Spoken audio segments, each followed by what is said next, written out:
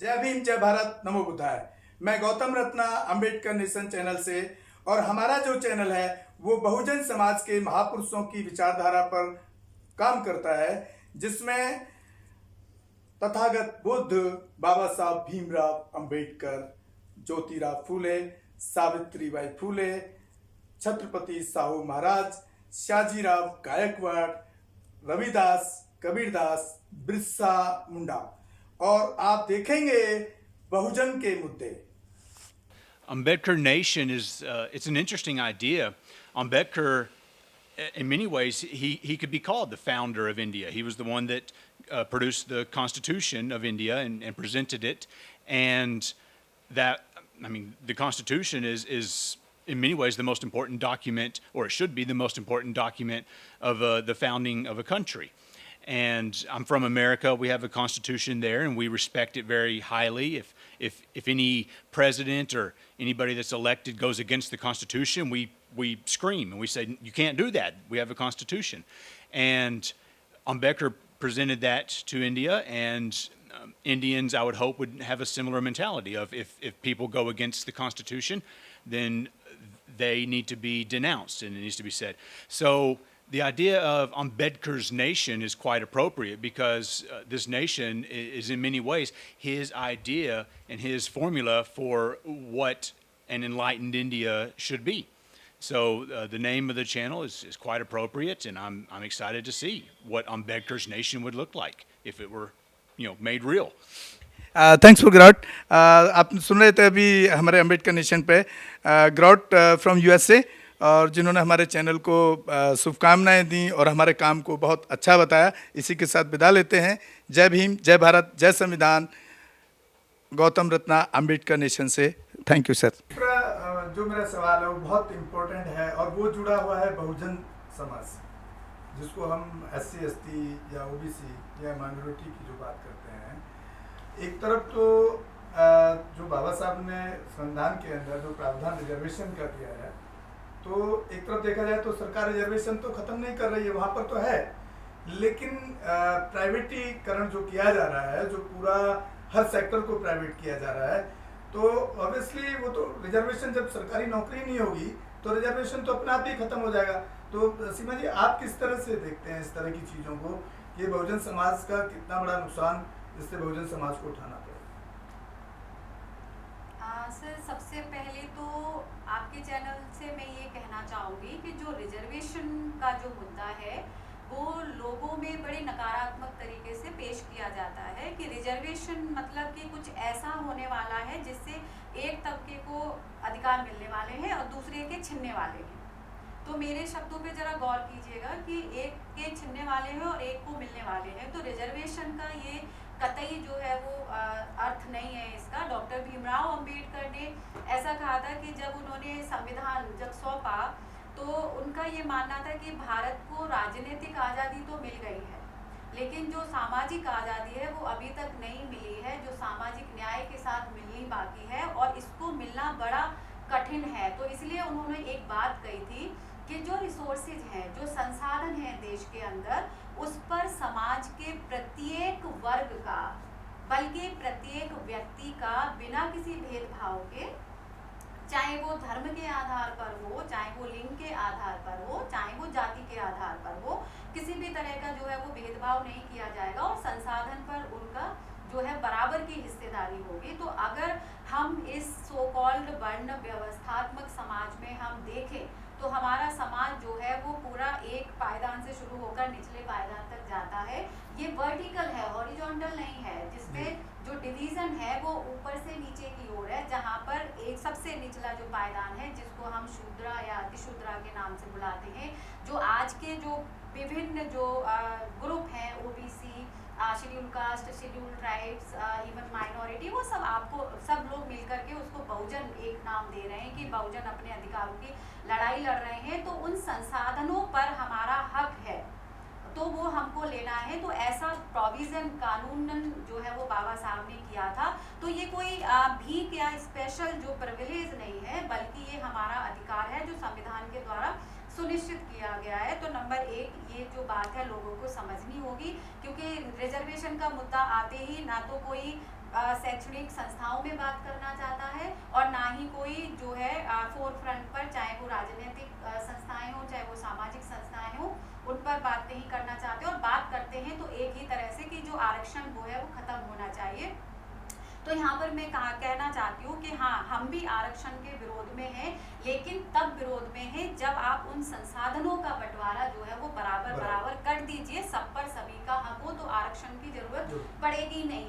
जब हम महिलाओं के हक की बात करते हैं तो वो 33% रिजर्वेशन पार्लियामेंट में जो बिल है वो अभी तक पेंडिंग पड़ा हुआ है 30 सालों के बाद भी। हालांकि जो पंचायती राज संस्थाओं में 33% रिजर्वेशन दे करके या फिर 50 किन्हीं राज्यों में 50% दे करके उनको आगे लाने का प्रयास किया गया है, लेकिन जो ये पितृसत्तात्मक समाज है वहाँ पर आप देख लीजिए किस पुरुषवादी सोच के साथ महिलाएं कितना आगे बढ़ पाई है। लेकिन फिर भी खुशी की बात ये है कि वो जितना भी आगे बढ़ी हैं वो अच्छा काम कर रहे हैं, तो उनको एक अपॉर्चुनिटी देना। तो आरक्षण का मतलब है कि अवसर प्रदान करना। तो जो एक लंबे समय से इस जातिवादी व्यवस्था में जो वर्ण व्यवस्था पर आधारित है, जिसमें काम का बंटवारा है जाति के आधार पर, तो उसमें संसाधनों का जो है वो बराबर की हिस्सेदारी और बंटवारा होना चाहिए। तो आज के समय में बहुजन समाज जो है वो जागरूक हो रहा है अपने हक अधिकारों के प्रति। तो अगर हम ये कहें कि वो तेजी से आगे आ रहा है, अपने अधिकारों की बात कर रहा है, तो वो हमारा संवैधानिक जो अधिकार है। तो जो ये जो मनुवादी जो सोच के व्यक्ति हमारे यहाँ पे, जिसको 15% हम कहते हैं, जो 85% लोगों के ऊपर जो है सब राज कर रहा है और सारे संसाधनों पर लगभग कब्जा है, तो वो ऐसी मानसिकता को उनको छोड़ना होगा। उनको भी हमारे साथ जो है वो आना पड़ेगा और ये मानना पड़ेगा कि हम संवैधानिक लड़ाई को लड़ रहे हैं, जो बाबा साहब ने जिसका सपना देखा था। तो आज के समय में फिर से जो बहुजन समाज है वो इकट्ठा होकर उस पर बात कर रहा है। लेकिन जहां हम सरकार की अगर हम बात करते हैं तो सरकार की मंशा जो है वो उस तरफ हमें क्लियरली दिखाई नहीं देती है, क्योंकि संवैधानिक हक और अधिकार के बावजूद वो विभिन्न ऐसी नीतियां लेके आ रहे हैं जो कहीं ना कहीं इस व्यवस्था पर कुठाराघात करती है। चाहे वो नई आर्थिक व्यवस्था, आर्थिक शिक्षा नीति हो, चाहे वो अभी जो एक और शुरू हो गया है कि जो रेल जो मंत्रालय जो रेल व्यवस्था है उसको प्राइवेटाइज किया जाएगा। तो जो ये प्राइवेटाइजेशन है हर एक क्षेत्र में जो आ रहा है, तो वो कहीं ना कहीं इस जो हक और अधिकार है जो बहुजन समाज का, उस पर एक तरह से कुठाराघात है, क्योंकि हम वहाँ पर पहुँच ही नहीं पाएंगे और अपने हक अधिकार ले नहीं पाएंगे और समाज देने को तैयार नहीं है। तो फिर से जो समाज इकट्ठा होकर उस तरफ जो है वो आगे बढ़ रहा है।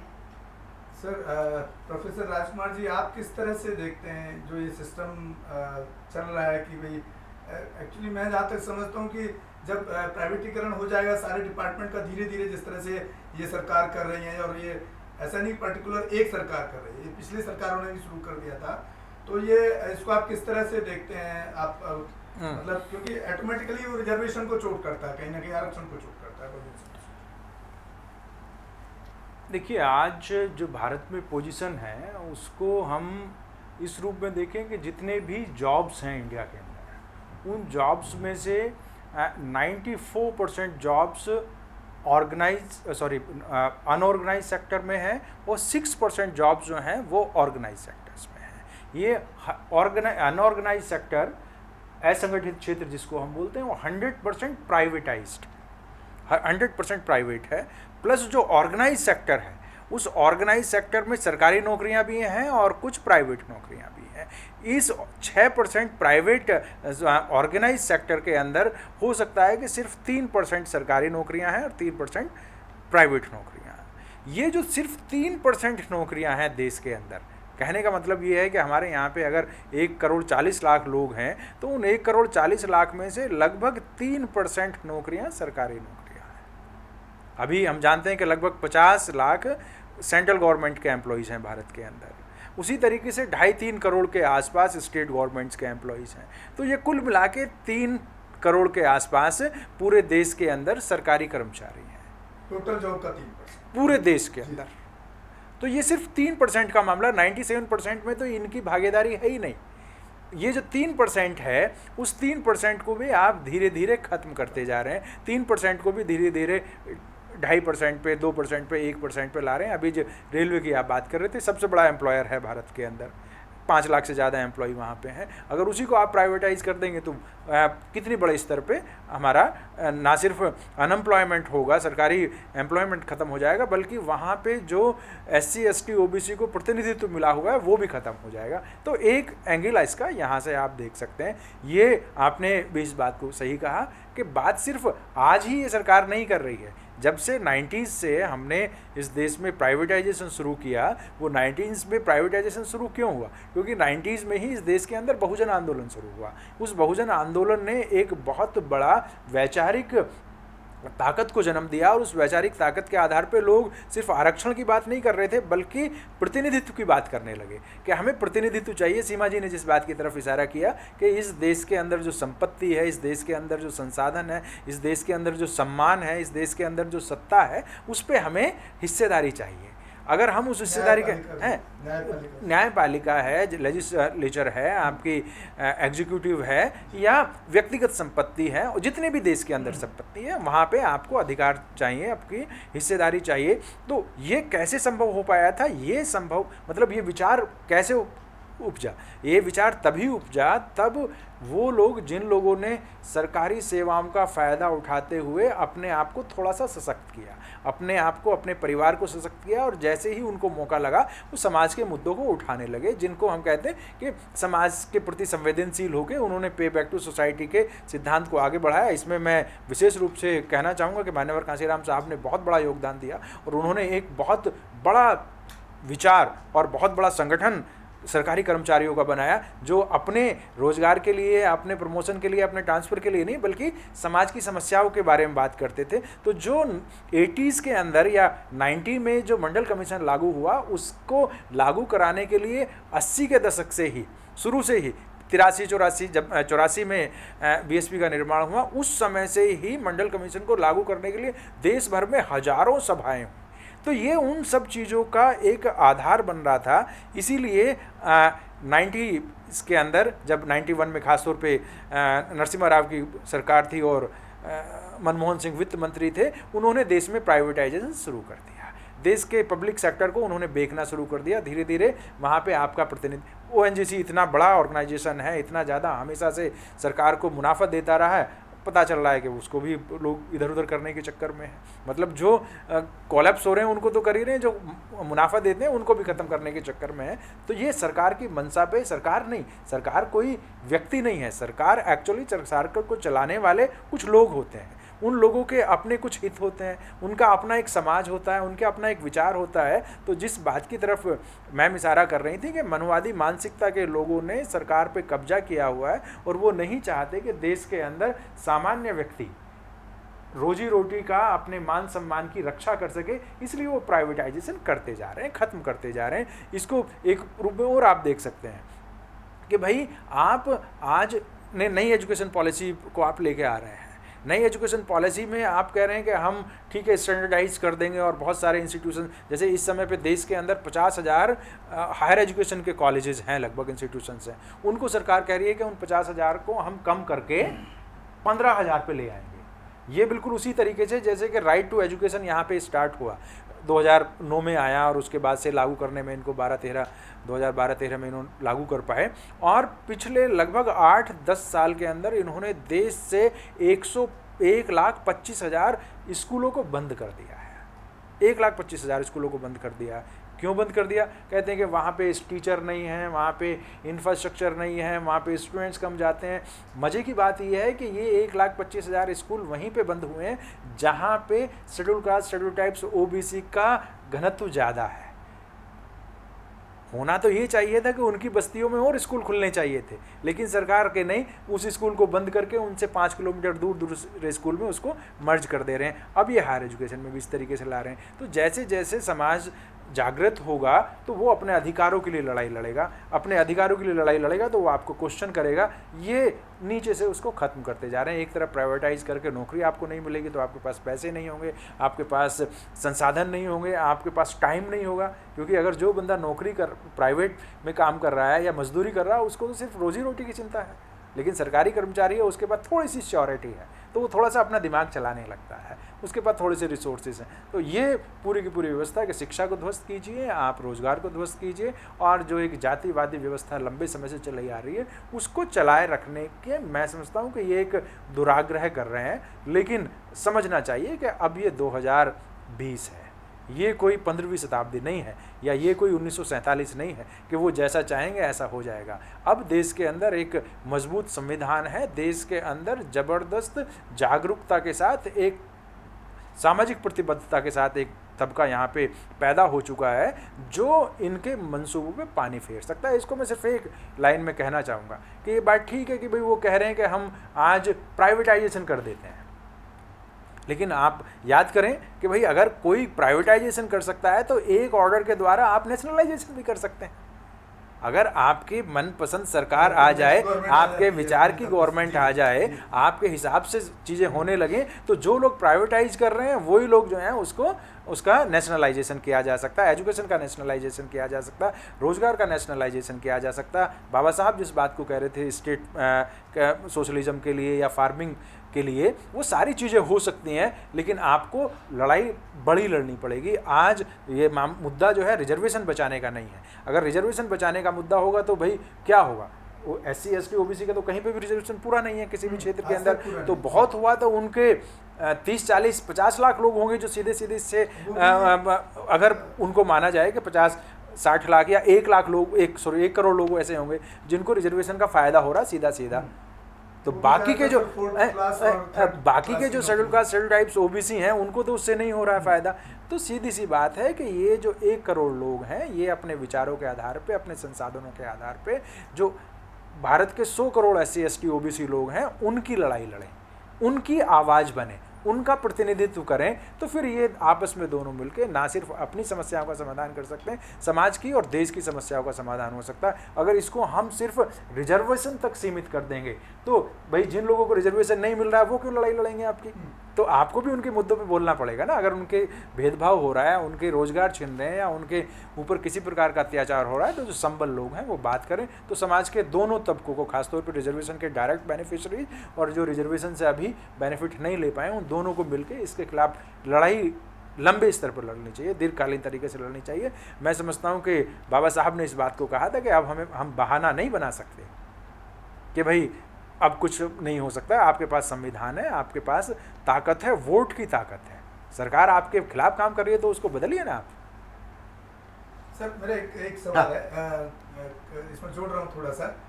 जैसे आपने कहा वोट की ताकत है, बाबा साहब ने वोट की ताकत की तरफ इशारा किया हमारे बहुजन समाज को, तो उस वोट की ताकत का कहीं ना कहीं लाभ बहुजन समाज को मिला है। आज 131 जो सांसद बैठे हैं, जैसे आपने क्वेश्चन अभी बताया, एक आंसर दिया आपने कि जो इतने सारे स्कूल्स जो खास तौर से बहुजन समाज के एरिया में जो स्कूल्स थे उनको बंद करने का काम किया गया सरकारों द्वारा, चाहे इन्होंने किया या पहले नहीं किया, सवाल वो नहीं है। सवाल ये कि जो हमारे बहुजन सांसद चुनके जाते हैं, मुझे नहीं लगता कि ऐसे सवालों को पार्लियामेंट में उठाते हैं ढंग से। इसको आप किस तरह देखते हैं? ये तो देखिए, पहली बात तो ये कि जब आप कह रहे हैं कि हमारे जो सांसद चुन के जाते हैं वो आपके सांसद नहीं हैं, वो आपके राजनीतिक प्रतिनिधित्व नहीं है। 1932 में जब पूना पैक्ट हुआ और उसके बाद से जो रिजर्वेशन चलता आ रहा है, उसमें ये लोग जो राजनीतिक आरक्षण के सारे संसद या विधानसभाओं में पहुंचते हैं, वास्तव में महात्मा गांधी ने जो खेल खेला, उन्होंने जो व्यवस्था जॉइंट इलेक्टोरेट्स की आपके ऊपर थोपी, उसमें ये आपके प्रतिनिधि नहीं हैं, बल्कि ये आपके सबसे कमज़ोर लोग हैं जिनको उन्होंने आपके ऊपर थोपा है। ये आपके वोट से भी नहीं जीतते हैं, इस चीज़ को भी कर लीजिए। इनको आपके वोट नहीं चाहिए ना। ये आप अगर आप ये मानिए कि एक रिजर्व कॉन्स्टिट्यूंसी के अंदर सपोज 25% शेड्यूल कास्ट या शेड्यूल टाइप्स जिस भी, क्योंकि इन दोनों को ही रिजर्वेशन मिला हुआ है, उनका 25% वोट है, 75% नॉन शेड्यूल कास्ट या नॉन शेड्यूल टाइप का है, तो 75% वाला अपने को जिताएगा या 25% वाले अगर एक साथ भी मिल जाएं तब भी वो अपने कैंडिडेट को नहीं जिता सकते हैं। पहली बात तो 25% मिलते ही नहीं है, क्योंकि उसमें भी बहुत सारे डिवीजन्स हैं, उसमें पॉलिटिकल पार्टीज़ हैं और दुनिया भर की चीज़ें होती हैं। लेकिन हम ये भी मान लें कि चलिए 25 के 25 मिल गए और वो तो फिर वो 75 के मुकाबले कैसे कर पाएंगे? कुछ भी नहीं कर पाएंगे। तो वो 75 इन 25 में से ऐसे व्यक्ति को चुन के भेजते हैं जो इनके सामने कभी जुबान ना खोले। डॉक्टर अंबेडकर ने उनके लिए शब्द इस्तेमाल किया, मजल्ड डॉग। मजल्ड डॉग मतलब जिनके मुंह पे पट्टा नहीं, जाला बंधा हुआ होता है, जो मुंह नहीं खोल सकता। उन्होंने कहा कि पार्लियामेंट में जाते तो हैं लेकिन वहाँ पे एक ही काम करते हैं, जम्भाई लेने के लिए अपना मुंह खोलते हैं या दूसरों के हाँ में हाँ करने के लिए अपना हाथ उठाते हैं। पिछले आप कह सकते हैं कि 75 साल का जो हमारा एक्सपीरियंस है, 1932 से मान लें या नए उसमें भी, वो ये है कि ये प्रतिनिधित्व आपके नाम के प्रतिनिधित्व में आपके ऊपर थोपे हुए हैं, वो आपकी बात नहीं करते हैं। उसकी काट यही है कि आपको समाज के अंदर जागरूकता बढ़ानी चाहिए कि SC ST OBC माइनॉरिटीज़ या वो सभी लोग जिनके अधिकार सुनिश्चित नहीं है वो राजनीतिक रूप से ताकत बनाएं। बहुजन की जो आप बात कर रहे हैं, बहुजन के रूप में इकट्ठे हों तो फिर आप 25% ही क्यों रहेंगे? SC ST जैसे अभी लगभग 26% हैं देश के अंदर, लेकिन सिर्फ SC ST ही थोड़ी प्रताड़ित हैं देश के अंदर। यहाँ पे OBC भी हैं, माइनॉरिटीज़ भी हैं, उनकी भी हालत बहुत ज़्यादा ख़राब है। तो सब जाति के आधार पर शिकार लोगों को इकट्ठा होकर एक सामूहिक मंच बनाना चाहिए, सामूहिक वैचारिक आंदोलन स्टार्ट करना चाहिए, जो कि बहुजन आंदोलन के रूप में देश के अंदर हो भी रहा। उसके द्वारा आप इन मुद्दों को, इसको एक चीज़ समझिए आप कि क्या कभी आपने कहीं पे इस राजनीतिक आरक्षण के खिलाफ कोई आवाज़ सुनी है? नहीं सुनी। ये हर 10 साल पे बढ़ाया जाता है। अभी जनवरी 2020 में बढ़ाया गया है, ये 8वीं बार बढ़ा दिया गया, अब 80 साल के लिए हो चुका है। ये बिना कहे ही पार्लियामेंट चुपचाप इसको बढ़ा देती है। लेकिन जो जॉब्स के अंदर है या एजुकेशन के अंदर आरक्षण है, प्रतिनिधित्व की बात है, उसके खिलाफ दुनिया भर के दुष्प्रचार होते हैं, उसके खिलाफ पूरा का पूरा कि भाई ये 10 साल के लिए था। ऐसा इवन बड़े बड़े जिम्मेदार पद पे बैठे हुए लोग कहने लगते हैं। पीछे तो इवन सुप्रीम कोर्ट के एक जज ने अपने उसमें बोल दिया ये बात कि रिजर्वेशन 10 साल के लिए है। मतलब अजीब बात है। ये रिजर्वेशन 10 साल के लिए कभी नहीं था, वो तो राजनीतिक रिजर्वेशन था 10 साल के लिए, जिसको इवन बाबा साहब ने खुद कहा कि इसको ख़त्म करिए। अपने पूरे लाइफ टाइम में वो बोलते रहे और 1963 में आके रिपब्लिकन पार्टी ने तो कहा कि इसको बंद करिए क्योंकि इससे हमें कोई फ़ायदा नहीं हो रहा। इवन आज भी बहुत सारे लोग इस बात को कहते हैं कि इस राजनीतिक रिजर्वेशन को बंद कीजिए। मैं एक बात और कहना चाहूँगा कि भाई हम जो बात कह रहे थे, सीमा जी ने भी इस बात को कहा कि ये जो सर्विसेज में जो रिजर्वेशन है, इवन जो एजुकेशन में रिजर्वेशन है, आप सबको ख़त्म कर दीजिए, कोई प्रॉब्लम नहीं है, लेकिन आप सबको समान एजुकेशन दे दीजिए ना। हम कहते हैं कि बाकी सब चीज़ छोड़ दीजिए, चाहे यहाँ पे आप DM का बेटा हो, चाहे चपरासी का बेटा हो या रिक्शा चलाने वाले का बेटा या बेटी हो, वो सब एक ही स्कूल में जाए। आप 12वीं तक सबको कंपलसरी कर, आगे छोड़ दीजिए, 12वीं तक सबको कंपलसरी फ्री इक्वल एजुकेशन दे दीजिए और रिजर्वेशन उसके बाद ख़त्म कर दीजिए। आप 25 साल का टारगेट बनाइए कि 25 साल में आप ऐसा करेंगे, ना रिजर्वेशन की ज़रूरत पड़ेगी ना कोई ज़रूरत होगी। लेकिन आपकी मंशा बहुत ख़राब है, क्योंकि आप रिजर्वेशन तो पता है ना कि सिर्फ कितना 50 लाख लोगों को रिजर्वेशन मिला है। 50 लाख लोग नहीं है, SC ST OBC और दूसरे वंचित समाज के लोग जो हैं वो यहाँ पे 125 करोड़ हैं। उन 125 करोड़ को का क्या होने वाला, क्योंकि उससे आप उस मैडम सीमा जी, जो हमारे प्रोफेसर राजकुमार जी ने इतना अच्छा पूरा विश्लेषण करके पूरा 1932 से अब तक का जो सर ने बताया है, तो आप किस तरह से इसको सोचती हैं या आपकी क्या कुछ नया इसमें जोड़ सकती हैं कि क्या होना चाहिए, क्या हो सकता है? मैं राजकुमार सर की बात से बिल्कुल पूरी तरह से सहमत हूँ कि सर ने बहुत अच्छे तार्किक विश्लेषण के साथ ये रिजर्वेशन के मुद्दे को यहाँ पर बात कही, क्योंकि ये हम भी पढ़ते आ रहे हैं और देखते आ रहे हैं कि कई जो लोग हैं वो रिजर्वेशन के फेवर में और उसके अगेंस्ट में जब बात करते हैं तो ये बात नहीं रखते, वो कुतर्क लोगों के सामने पेश करते हैं। और जो हमारी जो भोली भाली जनता है, जो आसानी से लोगों की बातों में आ जाती है, तो बिना सोचे समझे जो है वो यकीन कर लेती है, तो बस एक हवा में चलने लग जाते हैं सब लोग एक डायरेक्शन में कि हाँ रिजर्वेशन है तो बस वो रिजर्वेशन ख़त्म होना चाहिए। तो ये सोचना कि क्यों है रिजर्वेशन, क्यों लाया गया था, उसकी क्या ज़रूरत है समाज में, उसमें बात नहीं करते हैं। तो इसकी ये बात करनी पड़ेगी। और दूसरी बात, सो कॉल्ड हमारे समाज के जो पढ़े लिखे लोग हैं, चाहे वो जुडिशियरी में हैं, चाहे वो एग्जीक्यूटिव में है, इवन चाहे वो लेजिस्लेशन में है, तो उनको भी ये सोचना पड़ेगा और सही तरीके से एनालिसिस करना पड़ेगा कि जो ये आरक्षण जो लाया गया था हमारे संविधान के द्वारा, कि वो एक प्रतिनिधित्व का मुद्दा था, वो एक भागीदारी का मुद्दा था। तो जब वो सुनिश्चित सुनिश्चित हो जाएगी तो जो रिजर्वेशन है वो खुद ब खुद ख़त्म हो जाएगा। तो इसीलिए जो सर ने बात कही कि आज हमें जो है वो रिजर्वेशन की ज़रूरत नहीं है, हमें जो है एक भागीदारी की ज़रूरत है, जो प्रतिनिधित्व है हर एक क्षेत्र में उसकी ज़रूरत है। तो पहले वो सुनिश्चित हो जाए तो रिजर्वेशन खुद ब खुद जो है वो ख़त्म हो जाएगा। तो हमारी मांग जो है समान प्रतिनिधित्व और समान भागीदारी की है। सभी समाज के जो जितने वंचित वर्ग हैं, चाहे वो महिलाएं हैं, चाहे वो माइनॉरिटीज़ हैं, चाहे वो शेड्यूल कास्ट हैं, चाहे वो शेड्यूल ट्राइब्स हैं, और इवन जो ओबीसीज जो हैं वो अदर बैकवर्ड जो कम्युनिटी है, हम सबको मिलकर के जो है वो तभी 85% जो है वो असलियत में वो बहुजन समाज जो है वो बन पाएगा। अदरवाइज हम ऐसे बिखरे रहेंगे और जो ये राजनेता हैं और जो मनवादी जो सोच के जो लोग हैं वो हमारे ऊपर जो है वो ऐसे ही शासन करते रहेंगे, अपनी मोनोपोली चलाते रहेंगे। तो आज यहाँ से आपके इस चैनल के माध्यम से मैं यही कहना चाहती हूँ, जैसा कि राजकुमार सर ने भी कहा, कि हम सब लोगों को जो है इकट्ठे होकर अपने हक और अधिकार की लड़ाई लड़नी होगी। तो साथियों, अभी आप सुन रहे थे प्रोफेसर राजकुमार जी और असिस्टेंट प्रोफेसर सीमा माथुर जी को, जिन्होंने राजकुमार जी ने भी और सीमा माथुर जी ने भी बहुत ही तर्क के साथ सारी चीज़ों को आपके सामने रखा। और साथ जो सर राजकुमार जी के जब काशीराम जी की बात करी तो सर एक चीज़ मेरे दिमाग में चल रही थी, वो ज़रूर बोलना चाहूँगा। वो मंडल कमीशन पर है। जब साहब काशीराम जी थे तो उन्होंने एक नारा दिया था, मंडल कमीशन लागू करो नहीं तो कुर्सी खाली करो। तो साहब ने बहुत रिसर्च किया है बहुजन मुद्दों पर और उम्मीद करते हैं कि आप लगातार मार्गदर्शन देते रहेंगे हमारे दर्शकों को और बहुजन समाज के जो हमारे साथी देख रहे हैं। इसी के साथ मैं विदा लेता हूँ। जय भीम, जय भारत, जय संविधान। अम्बेडकर नेशन से गौतम भाई। अम्बेडकर नेशन चैनल आर्थिक समस्या से गुजर रहा है। अगर आप बहुजन समाज में बाबा साहेब अम्बेडकर और तथागत बुद्ध की विचारधारा को अधिक से अधिक लोगों तक पहुंचाना चाहते हैं तो हमें आर्थिक सहयोग प्रदान करें, ताकि हम अपने चैनल के माध्यम से देश विदेश में समता, बंधुता, एकता और संवैधानिक अधिकारों को ज्यादा से ज्यादा लोगों तक पहुंचा सकें। अम्बेडकर नेशन चैनल जो YouTube पर भी प्रसारित होता है, प्रस्तुतकर्ता गौतम रत्नम। आप अपनी सहायता राशि नीचे लिखे खाते में जमा करा सकते हैं। खाता धारक गौतम रत्नम। खाता संख्या 316957685651।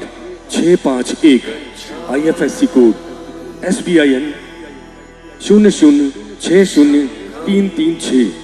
बैंक भारतीय स्टेट बैंक।